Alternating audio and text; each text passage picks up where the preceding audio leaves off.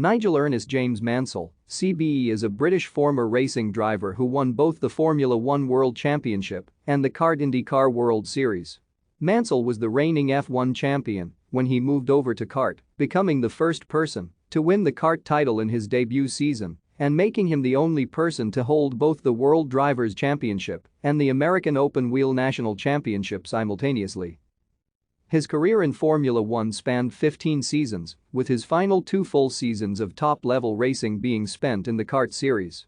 Mansell is the second most successful British Formula One driver of all time in terms of race wins with 31 victories and is 7th overall on the Formula One race winners list, behind Hamilton, Michael Schumacher, Sebastian Vettel, Alain Prost, Ayrton Senna and Fernando Alonso. He held the record for the most poles set in a single season, which was broken in 2011 by Sebastian Vettel. He was rated in the top 10 Formula One drivers of all time by longtime Formula One commentator Murray Walker. Thank you for watching. Like and subscribe if you would like to view more of our videos. Have a nice day.